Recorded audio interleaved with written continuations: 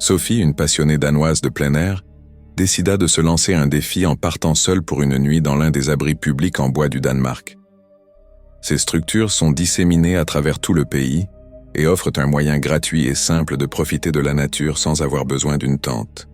Hi, my name is Sophie. Today I'm gonna try to spend the night in a permanent wood shelter right next to the airport. I'm gonna make a campfire, cook a delicious dinner, and have a cozy evening. I hope you'll join my adventure.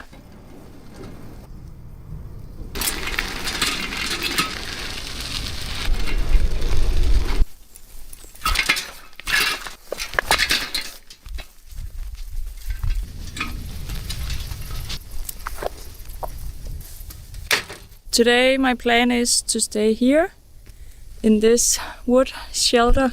We have quite a lot of these permanent wood shelters all around Denmark, and they have become very popular to camp in because you don't need to bring a tent, you just need to bring a sleeping pad and a sleeping bag, and then you have this lovely campsite where you can spend the night. Now I'm just gonna go out and look for some firewood.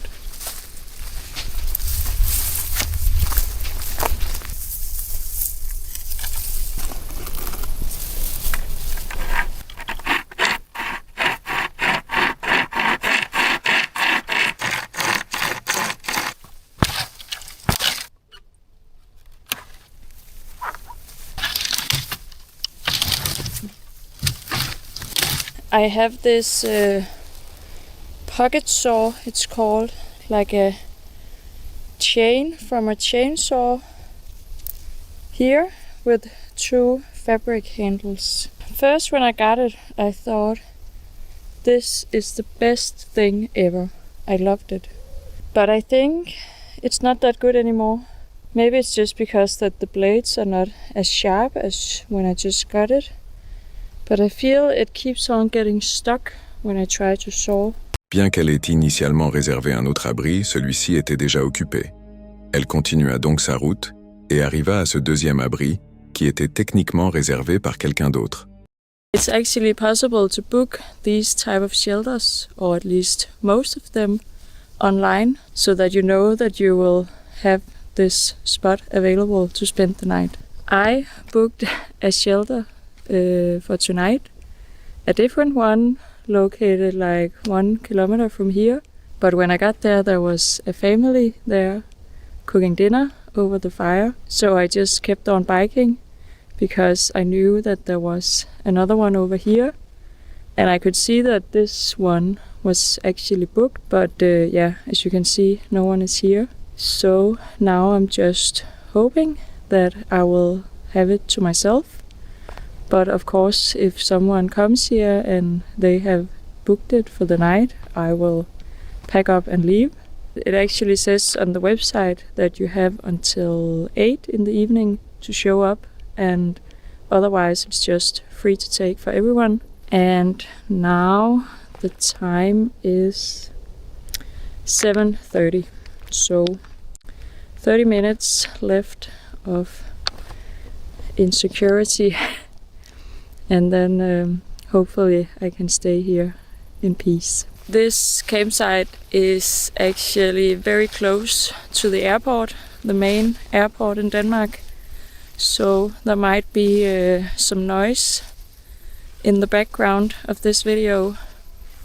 There is a plane coming above me like every 5 minutes. So it's not as idyllic as you could hope, but it's a different experience, and as long as I'm out here in nature, I think it's nice, even with the plane noise. Pourtant, à 20 heures, personne ne s'était présenté et l'endroit lui appartenait officiellement pour la nuit.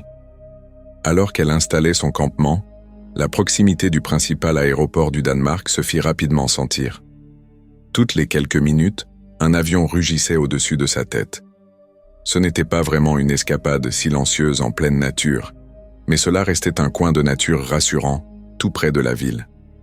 Son plan était d'allumer un feu, de cuisiner un repas chaud et de dormir dehors, complètement seul pour la première fois, sans tente, seulement l'abri à ciel ouvert et un sac de couchage. Le dîner était sa propre version des hot-dogs danois au feu de camp. Elle avait préparé la pâte chez elle et l'avait enroulée autour d'un bâton pour la faire cuire au-dessus du feu. Elle garnit ses hot-dogs de ketchup et de rémoulade, des condiments typiquement danois, et nota que, avec des oignons frais ou des cornichons, cela aurait été parfait.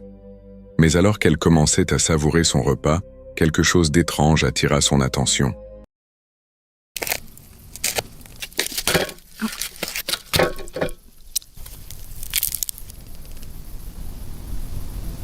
Hot dog number 2.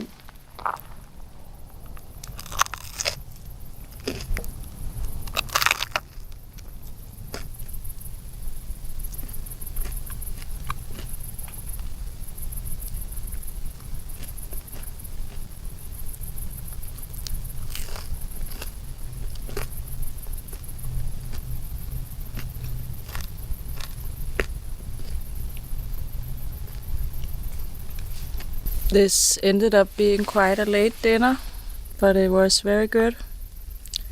2 hot dogs. Now I'm full. Oh, I actually could have eaten one more, but 2 was enough.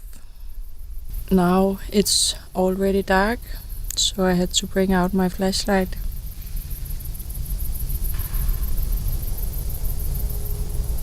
And now the forest is starting to make a lot of sounds. I don't know what it is. As soon as it gets dark, all sounds just becomes a little bit scary.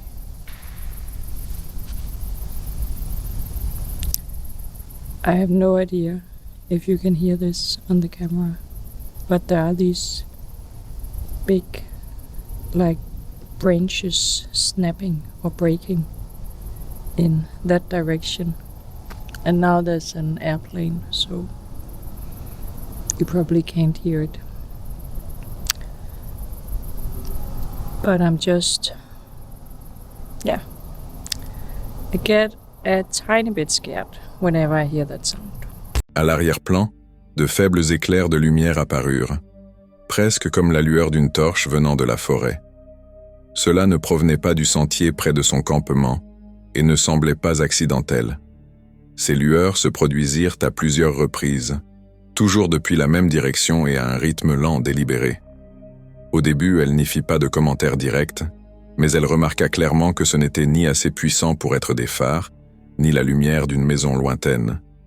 Cela ressemblait davantage à quelqu'un se déplaçant avec une lampe de poche ou une lanterne, juste hors de son champ de vision. Plus troublant encore était le moment où cela se produisait. Pendant qu'elle était assise en train de manger, ces lumières apparurent, vacillèrent, puis disparurent. Puis, après le dîner, elles revinrent. Elle commença à avoir l'impression que quelqu'un l'observait depuis la lisière de la forêt, attentivement et silencieusement. Sophie resta calme à l'écran, mais son commentaire prit une tournure subtilement différente.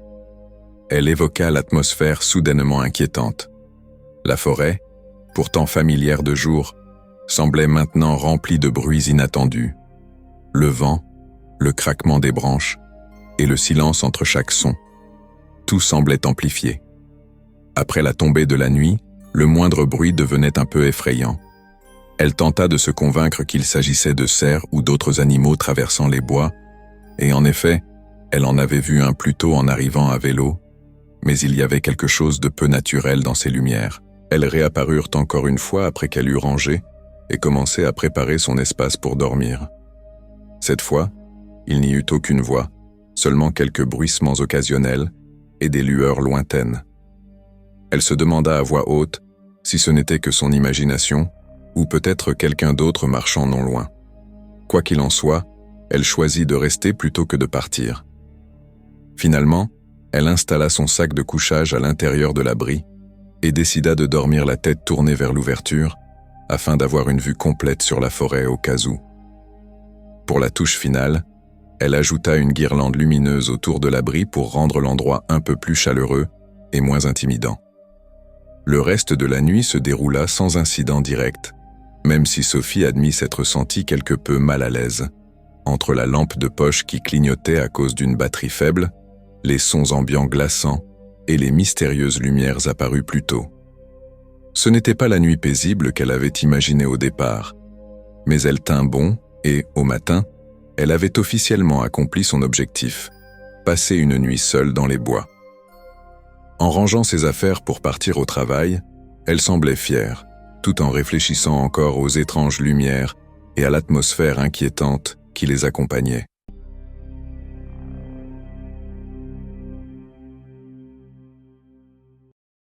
Dans cette aventure proposée par Franco TV, le YouTuber retourne dans un lieu que les abonnés de sa chaîne pourraient reconnaître, une zone isolée du Chili, connue de manière inquiétante sous le nom de Forêt des Sorcières.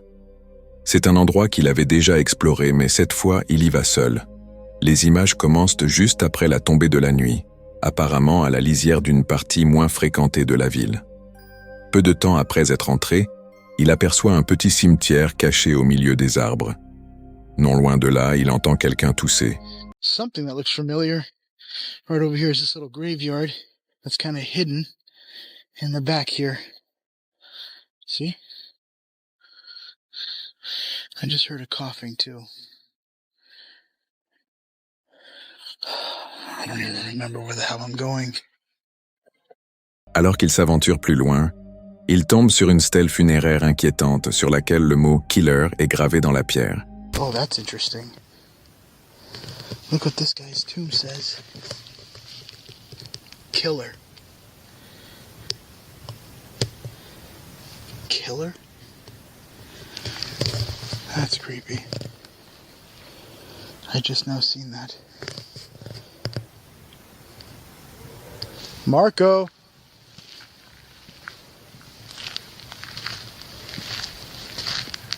This is the first time I made it this deep on my own. And why is there a tomb that says killer?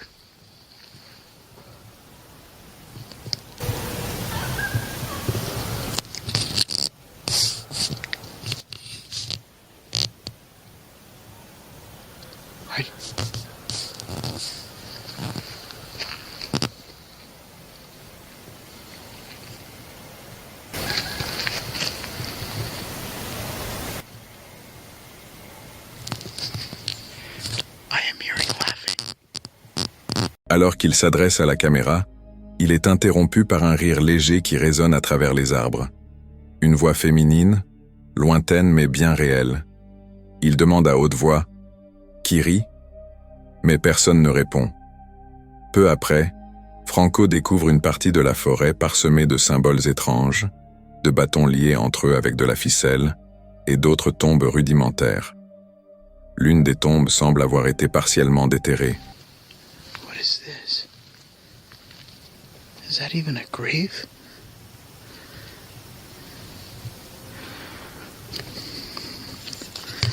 Look at this. I don't even think that's a grave. It's just like sticks wrapped up with a string on top.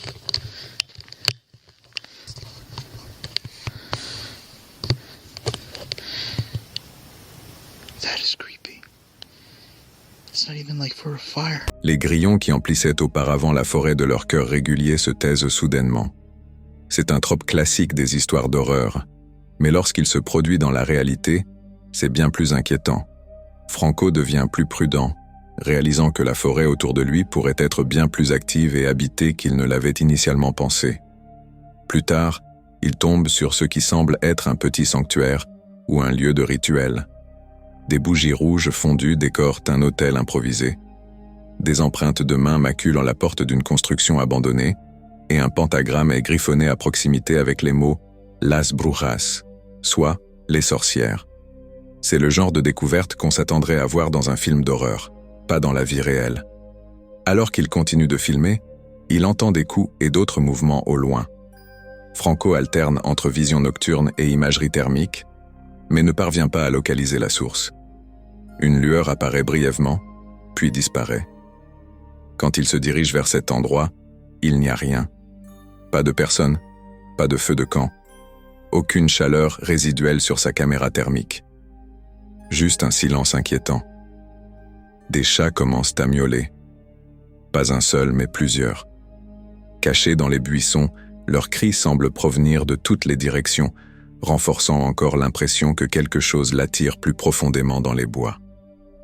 Dans la dernière partie de la vidéo, Franco revient dans une zone avec davantage de tombes non marquées et d'objets rituels artisanaux. Il ouvre une petite boîte en bois et y trouve de la cire de bougies fondues, des canettes de bière et d'autres offrandes.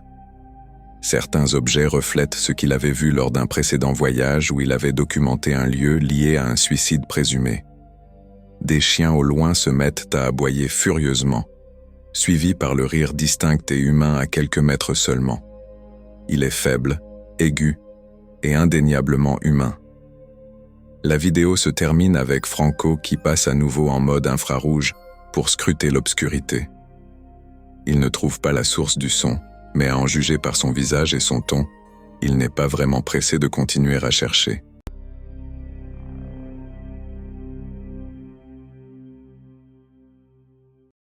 Cette vidéo provient de la chaîne YouTube Générique Chris, un nom relativement nouveau dans l'univers de la survie en plein air et du camping en solitaire. Le 26 juillet 2025, Chris a décidé de se lancer dans sa toute première nuit de camping seul, un défi personnel au cœur des étendues silencieuses d'une forêt allemande. Son objectif ? Construire un abri, préparer un repas et passer la nuit complètement seul. Au début, le voyage semblait paisible, presque serein. Chris aborda le défi avec curiosité, installant soigneusement un abri à base de bâches et un hamac pour éviter le sol humide. Il avait fait ses recherches, allant même jusqu'à enregistrer des captures d'écran de différents nœuds au cas où il perdrait le signal, ce qui devint rapidement réalité une fois profondément en forêt. Avec de la pluie annoncée, il était fier du petit abri solide qu'il avait réussi à construire. Il faisait tout correctement, du moins en apparence. Peu après s'être installé dans le hamac, la solitude de Chris fut soudainement interrompue lorsqu'il aperçut des personnes promenant leurs chiens à proximité. So, my biggest fear in this trip just came real, man. There were people there. I mean, I'm just chilling, like, in the hammock, and there's people walking their dog.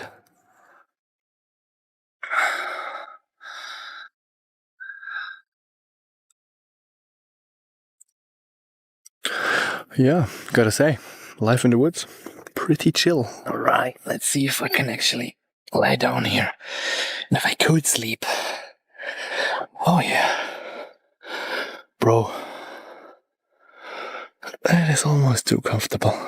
It's been raining all day. It will rain in the night.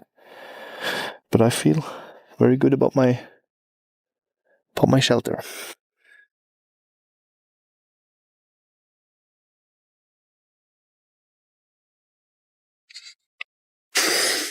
I don't know what I expected, but it's really quiet.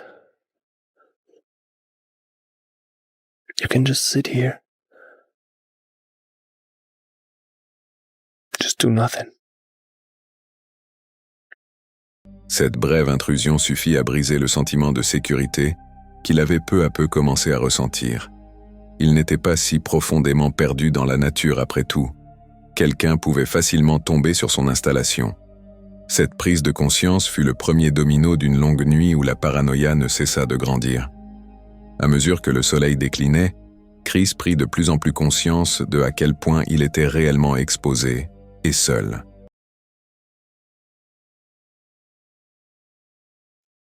Yeah, it's very creepy, I'll say that. It's fucking creepy here. Yeah, I don't know if you have noticed, but I'm not an outdoors guy, so this is all pretty new to me. Never done this before. Mosquitoes are coming out, but yeah, I got the mosquito net, I guess, for that. Gonna use it if I have to. I'd rather sleep without the net, honestly, because this forest fucking creeps me out.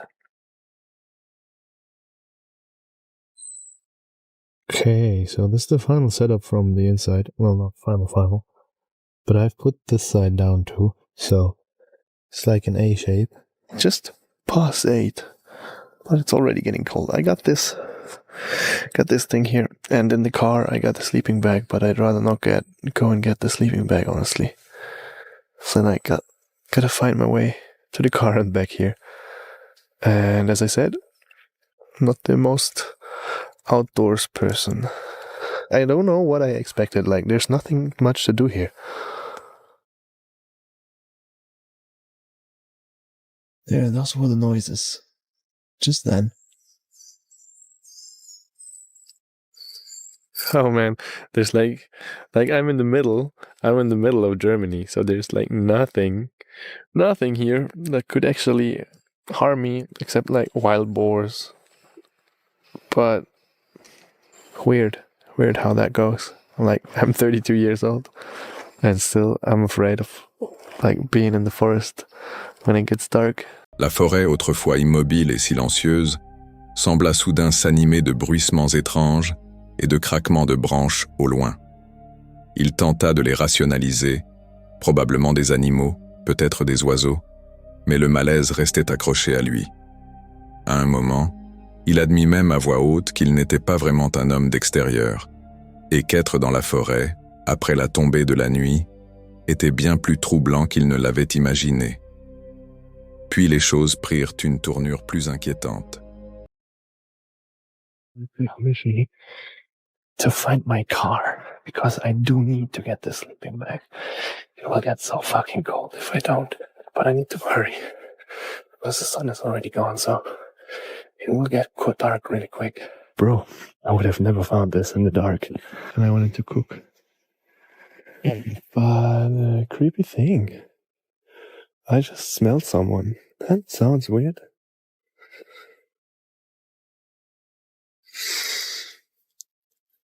But you know how some people, it's not like bad smell, like just body odor or like their smell. That didn't smell like me. Well, it is getting creepy again. Alors qu'il s'apprêtait à récupérer son sac de couchage dans sa voiture, Chris perçut soudain une odeur humaine, pas forte ni nauséabonde, mais indéniablement différente de la sienne. Elle flottait dans l'air d'une manière dérangeante. Il n'y avait personne aux alentours, du moins personne qu'il pouvait voir ou entendre, et pourtant l'odeur était si nette qu'il la mentionna plusieurs fois. Il n'essaya pas d'exagérer ni de dramatiser, mais on pouvait entendre une véritable tension s'installer dans sa voix. Il continua malgré tout, récupéra son équipement, et retourna au camp, mais la sensation d'être observé ne le quittait pas. Même en préparant un repas simple et en essayant de se concentrer sur des tâches pratiques, la forêt semblait se refermer autour de lui. Les ombres bougeaient étrangement, la nuit devenait froide, et chaque bruit, aussi minime soit-il, paraissait un peu trop proche pour être rassurant. Pour aggraver les choses, son camp était visible de loin, la lueur de sa bâche oscillant doucement au-dessus du hamac. En faisait un repère clair dans l'obscurité des bois. Il plaisanta à ce sujet pour détendre l'atmosphère, mais l'idée l'inquiétait manifestement. Ce n'était pas seulement qu'il était seul, c'était que n'importe qui aux alentours pouvait savoir exactement où il se trouvait. Chris finit par se forcer à s'allonger pour la nuit, même si le sommeil ne vint pas facilement. La forêt restait animée, et l'odeur d'une autre personne revint encore une fois, sans aucune explication. Il ne vit jamais personne, il n'entendit jamais de pas, mais cette odeur persistait. Qui que, ou quoi que, ce soit dehors, cela semblait garder juste assez de distance pour rester invisible. Au matin, Chris s'en sortit physiquement indemne, mais émotionnellement épuisé. Il admit que sans GPS, il n'aurait probablement pas retrouvé sa voiture. L'expérience était loin de l'aventure paisible de connexion à la nature qu'il imaginait. Elle devint plutôt un rappel troublant de l'incertitude qui s'installe quand on est seul dans les bois. Il n'y eut ni grand fracas, ni ombre surgissant en courant, ni créature grognante, ni inconnu masqué. Mais d'une certaine manière, c'était pire. La peur ne venait pas d'un sursaut brutal, mais de la lente prise de conscience que peut-être, juste peut-être, quelqu'un d'autre avait été là tout ce temps, observant silencieusement, restant juste assez loin pour ne jamais être vu. Pour certains, Les bois offrent paix et solitude. Pour d'autres, comme Chris cette nuit-là, ils offrent quelque chose de bien plus glaçant. Et vous, de quel côté êtes-vous ?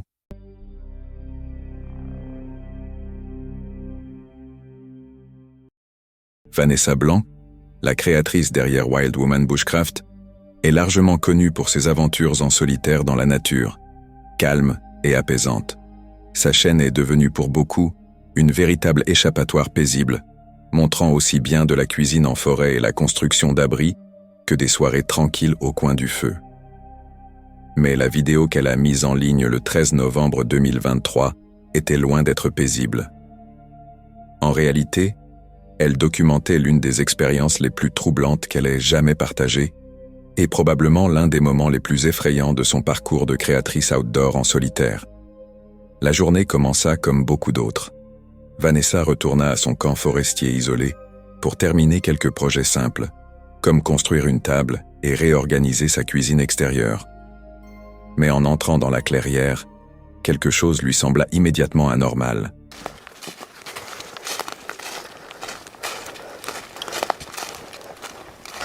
Kom her, kom.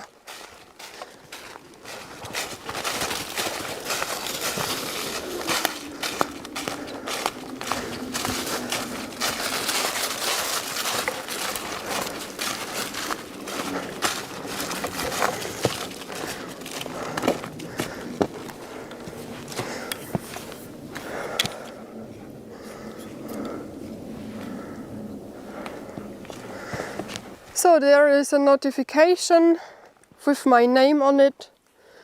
Mrs. Blank, learned nothing, short trousers, and then something I can't read. I'm not sure what's really stand there. I wanna piss at you or I wanna visit you. It's such a ugly writing. I'm not sure if I read everything. So you was not there. What a pity. Your camp is not damaged and it's your fault. We see us. So it was something that know me, that know my camp. Nein, geh nicht ein. Nein. And just want to destroy it because it's mine. What an asshole. Here is shit. I had to cover it that I doesn't step inside. And the only thing which is not so much damaged is the roof. So it's not so long ago when I covered it with moss. I spent a whole day for it, only for the cover, because I have to collect the moss. But everything else is just broken. Son camp, qu'elle avait soigneusement construit au fil du temps, avait été détruit. La destruction n'était ni partielle ni accidentelle. Elle était clairement intentionnelle. Les meubles étaient brisés, la table renversée, et divers objets qu'elle avait rangés ou fabriqués étaient éparpillés ou endommagés. Étrangement, le toit de l'abri recouvert de mousse était resté intact, ce que Vanessa supposa être dû au temps et aux efforts nécessaires pour le défaire. Mais ce qui l'ébranla le plus ne fut pas seulement les dégâts. Près des débris, Vanessa trouva une note manuscrite, un message grossier et inquiétant commençant par « Mrs. Blanc ». Le reste du message, mal rédigé, était profondément troublant. Il l'accusait d'avoir provoqué cela, disant « Ton camp n'est pas endommagé et c'est ta faute. Nous voyons nous ». L'implication était claire. Ce n'était pas du vandalisme aléatoire. Là où les personnes responsables savaient qui elle était, l'avaient observée et l'avaient délibérément ciblée. Plus inquiétante encore, elles avaient laissé autre chose derrière elles, une photo de Vanessa. On l'y voyait portant le même équipement que celui qu'elle avait ce jour-là. There is a photo from me. It's the same backpack that I carry today, and it's very damaged. So I'm not sure if it's a wildlife trek photo or not, because there is the date on it. But when it's not a wildlife camera photo, that means that this person was in my closer area and take a photo from me, walk behind me, wants to check where I am, what I do.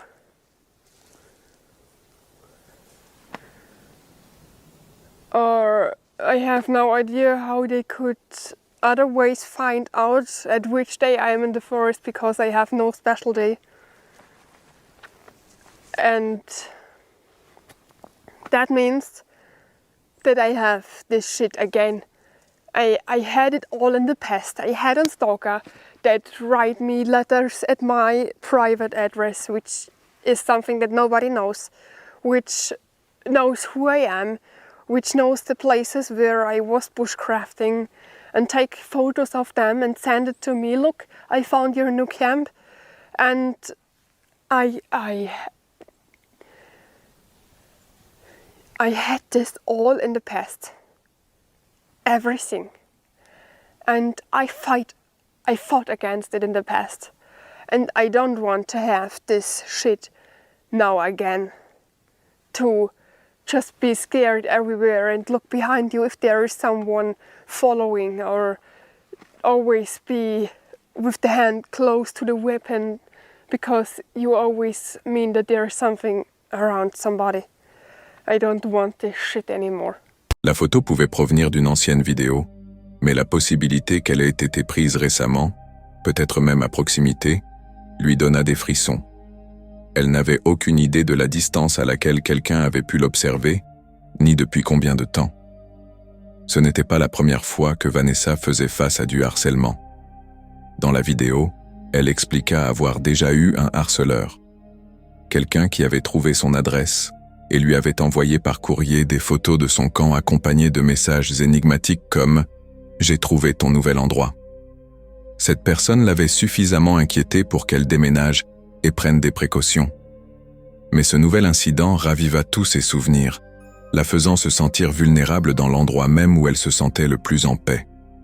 Même son chien, Aïa, semblait nerveux, constamment en alerte et observant les arbres alentours.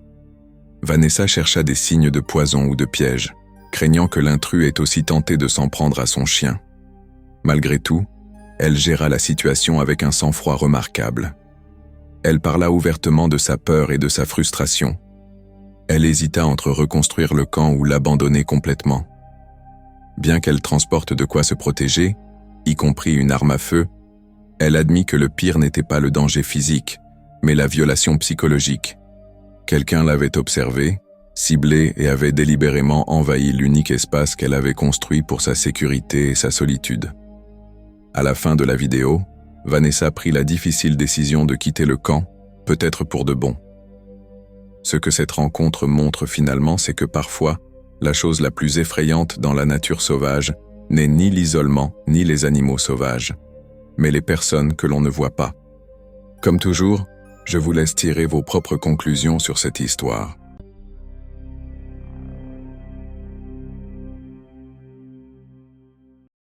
Publiée il y a à peine 2 semaines sur YouTube, cette vidéo a été partagée par Timber Adventures, une chaîne dédiée à l'exploration de zones sauvages isolées et à la réflexion sur les expériences en plein air.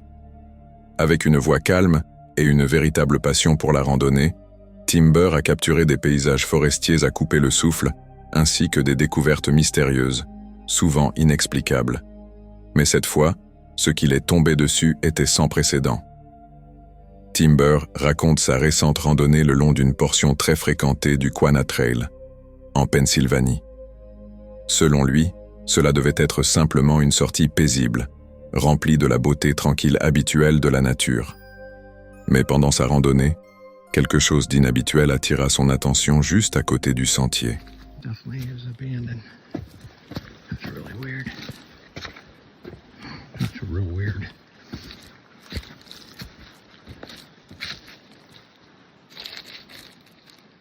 Hello?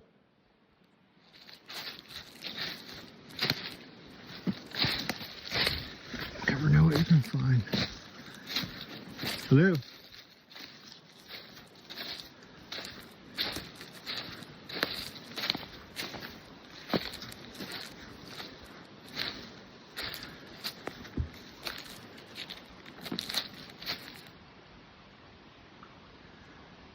very strange.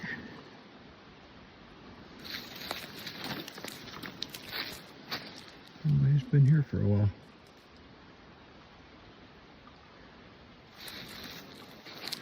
He just left the camp stove and everything. En s'approchant, il devint évident que la tente n'était pas simplement du matériel oublié. C'était tout un camp abandonné, avec un réchaud de camping, un sac de couchage et des affaires personnelles encore à l'intérieur. Plus étrange encore, le sac de couchage paraissait bosselé, comme si quelqu'un venait d'en sortir, ou y était encore. Heureusement, après une inspection plus approfondie et un suivi avec le bureau forestier local, il fut confirmé qu'il n'y avait rien de sinistre dans le contenu du sac, même si cette assurance arriva bien plus tard. Tout au long de la vidéo, la voix de Timber reflète à la fois la curiosité et l'inquiétude. Il salue doucement « Hello » en s'approchant de la scène, pleinement conscient de l'imprévisibilité des rencontres en forêt. Bien que le camp semble vide, le sentiment de malaise ne fait que croître. Pourquoi quelqu'un partirait-il en laissant derrière lui du matériel qui n'avait clairement rien d'inutile? Ce n'était pas un tas d'équipements bon marché. On aurait dit que quelqu'un avait campé récemment et avait simplement disparu. Plutôt que de déranger quoi que ce soit, Timber choisit judicieusement de documenter le site, de prendre des photos et de partager l'emplacement avec les responsables du parc après sa randonnée. En visitant le bureau du parc, il s'attendait à ce qu'il soit déjà au courant, mais à sa surprise, personne n'avait signalé la tente abandonnée. En fait, les rangers et les responsables du DCNR étaient complètement ignorants de cette découverte, ce qui ne fit qu'approfondir le mystère. Comment quelque chose d'aussi grand et complet avait-il pu passer inaperçu sur un sentier aussi fréquenté? L'équipe des Rangers finit par documenter le site, recueillant photos, données GPS et vidéos fournies par Timber. Qu'il s'agisse d'un randonneur égaré, de quelqu'un en détresse ou simplement d'un campeur contraint de partir précipitamment sans jamais revenir récupérer son matériel, nous ne le saurons probablement jamais. Dans une vidéo publiée par Paranormal Discovery, l'équipe retourne dans un endroit qu'elle considère comme une zone d'habitation active de Sasquatch, un lieu devenu célèbre auprès de leurs abonnés après une précédente rencontre en face-à-face avec Bigfoot. Cette nouvelle vidéo documente leur premier retour de la saison estivale et, les nerfs à vif, ils sont déterminés à découvrir davantage de preuves de ce qui erre dans la forêt profonde. Alors qu'ils marchent vers l'emplacement, ils traversent des nuées d'insectes et se préparent à passer la nuit à la belle étoile. Leur objectif est d'installer le camp exactement là où la rencontre originale s'est produite. Un choix à la fois excitant et potentiellement dangereux compte tenu de l'histoire troublante du secteur. Malgré des conditions idylliques, air chaud et ciel dégagé, ils ne parviennent pas à se défaire d'un malaise grandissant. Même un voisin les avait avertis plus tôt que la forêt était extrêmement hantée. Une fois arrivés, l'équipe se met au travail. Ils transportent leur table d'équipement, réchaud, dispositifs de vision nocturne et même ce qu'ils appellent, en plaisantant, des bâtons de mêlée, Wendigo. Ils se préparent à une longue nuit et peut-être à plus que de simples insectes et rafales de vent. Un détail étrange attire l'attention. En installant le camp, ils retrouvent une chaise déjà aperçue lors de leur visite hivernale. Sa présence, inchangée et toujours au même endroit, crée une familiarité à la fois rassurante et inquiétante. Alors qu'ils explorent les alentours, quelque chose semble changer. L'un d'eux remarque que l'énergie de l'endroit évolue, comme s'ils étaient observés. Cette impression ne fait que s'intensifier lorsqu'ils découvrent ce qui ressemble à un vieil abri improvisé ou à une cabane dans les arbres. Getting eaten, man. Oh yeah, there's like a little opening here to go in. What? It looks like there's a little table, like a shelf or something in there. The hell? That's so weird. There's like no windows. I think people were like Unless, camping in here. can you lift that up?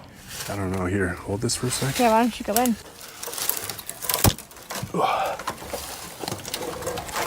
Ooh.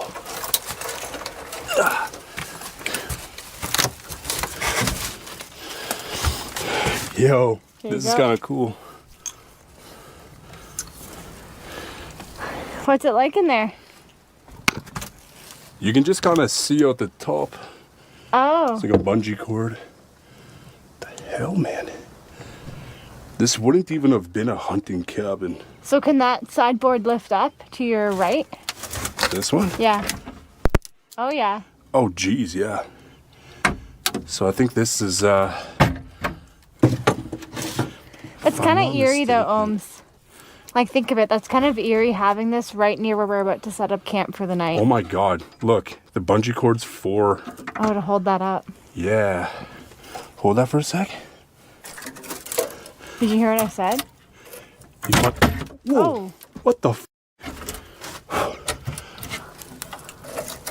Oh my God, it just broke. The hook to the bungee cord just broke. Oh, yikes. Okay. What'd you say though? I said, isn't it kind of eerie that we have this, like, watch out tower right next to where we're setting up camp for the night? Yeah. It is weird. There's a weird energy going on right now. I don't know what, but yeah, something's weird. We gotta set up our tarp before it gets dark and get this cooking stuff going. Then we're gonna get into all the rest that comes.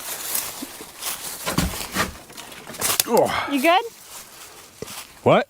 Are you good? Yeah.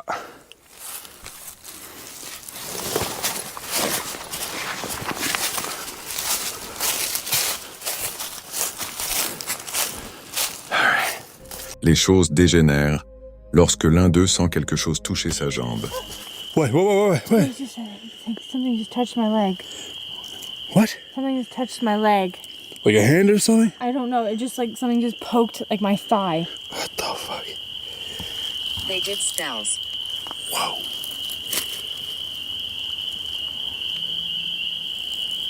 Yeah, this is feeling really intense right now, but why? We're not at peace.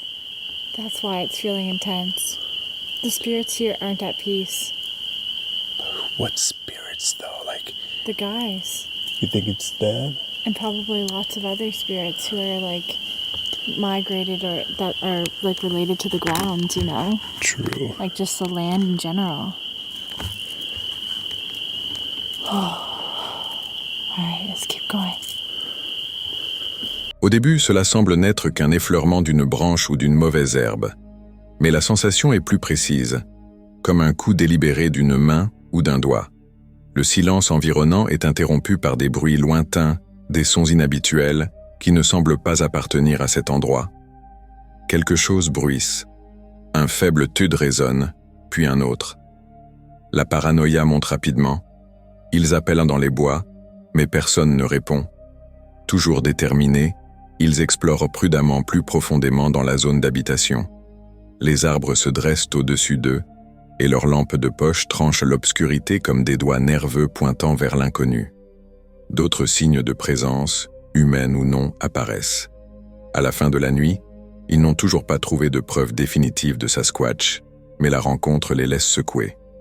L'abri étrange, la sensation rampante d'être observé, les bruits inexpliqués et le contact physique, qu'ils viennent de quelque chose d'invisible ou simplement de la paranoïa, se combinent pour faire de cette sortie l'une de leurs excursions les plus intenses à ce jour. Même les aventuriers les plus expérimentés ne peuvent s'empêcher de se sentir humbles face à l'inconnu. La vidéo se termine sur le groupe qui réfléchit à ce qu'ils viennent de vivre.